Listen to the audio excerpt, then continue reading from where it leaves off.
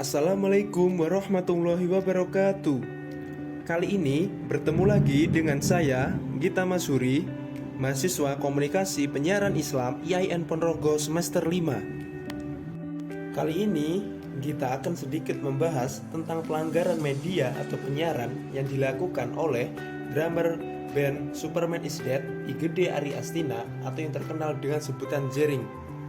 Bentuk pelanggaran media atau penyiaran ini akan kita sampaikan dalam bentuk video infografis yang mana mungkin bisa dapat sedikit membantu mengenai gambaran tentang apakah itu videografis dan juga bentuk-bentuk tentang pelanggaran media khususnya yang kali ini bidangnya kita ambil dalam kasus drummer Superman is Dead atau yang biasa disebut dengan Jering dalam bentuk pelanggaran media yang dia langgar.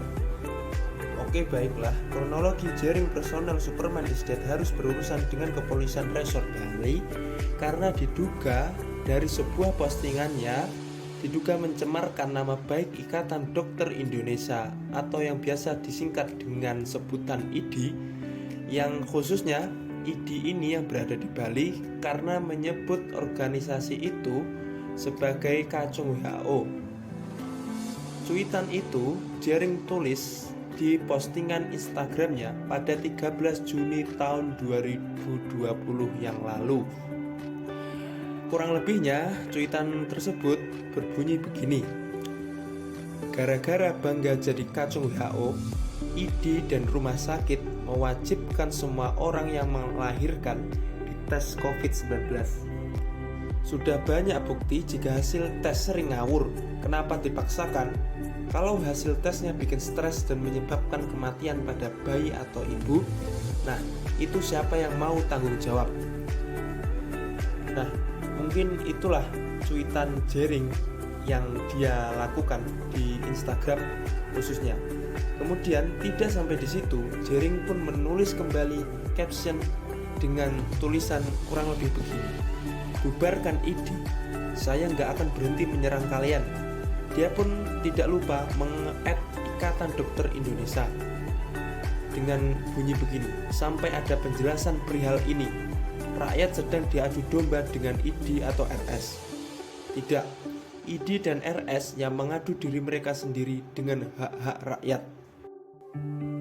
Oke, pasal 1 yang dilanggar oleh Jering ini yaitu mengenai pelanggaran pasal Undang-Undang ITE, yaitu tepatnya pasal 27 ayat 3 yang berbunyi, setiap orang dengan sengaja dan tanpa hal dapat mendistribusikan dan atau mentransmisikan dan atau membuat dapat diaksesnya elektronik atau dokumen elektronik yang memiliki muatan penghinaan dan atau pencemaran nama baik.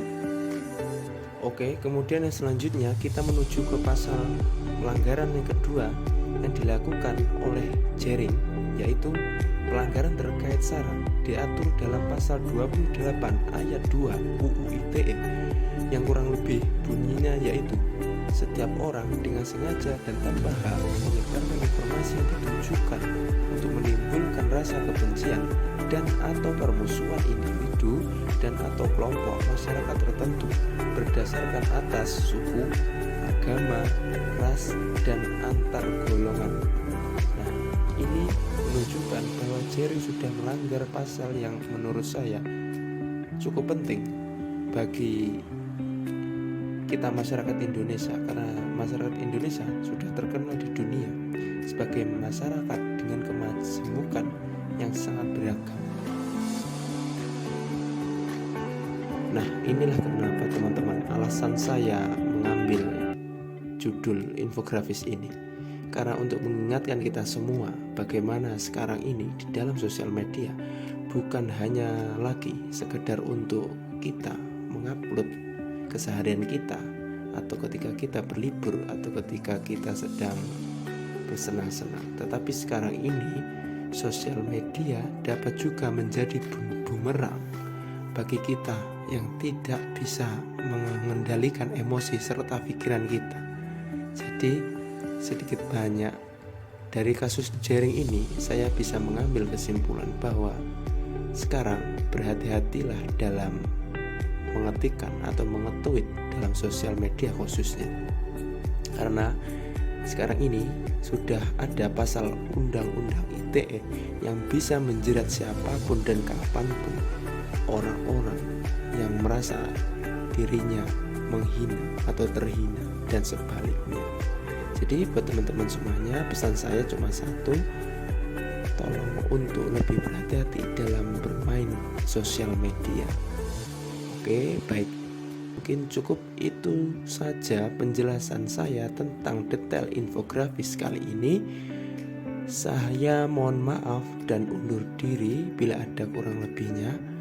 Sekian. Wassalamualaikum warahmatullahi wabarakatuh.